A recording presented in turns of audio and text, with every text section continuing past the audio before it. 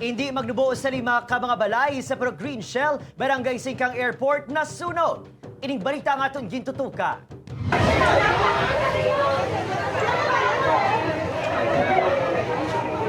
Nagdinalagan pagwa sa ilang mga balay ang mga residente sa makita ang madamon nga aso kag nagadako ng kalayo sa likod sang Puro Green Shell pasado alas 12 kaina sa ugto. Madamo sa nag-isa sa lugar. Dahil sa kakulba, nagkinarangkaran mga residente, nalipatan na ang social distancing kag pagsuksok sa face mask. Si Cute, ginpukaw lang sa makaingod asang makita nga ginlamon na sang kalayong balay.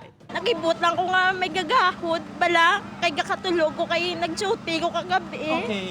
Tapos po, nagbugta ko, nagdalagan sa gwa, nakita ko na nga dako ng kalayo. Ang pamilya Javier, naabuman ang manapundar nga gamit. May mo sa tani kami manyaga, nikatigaan ko yung sagwa namon sa kusina. Reklamo sa pila ka mga residente nga mahinay ang pagresponde sa mga bombero. Estimate na mo, 1 hour kung nag-abot siya. Oo, grabe na kalayo Eh, amo na ganing nga natunaw na ganing babaw ni sang ila, balay kay antis nag-abot to.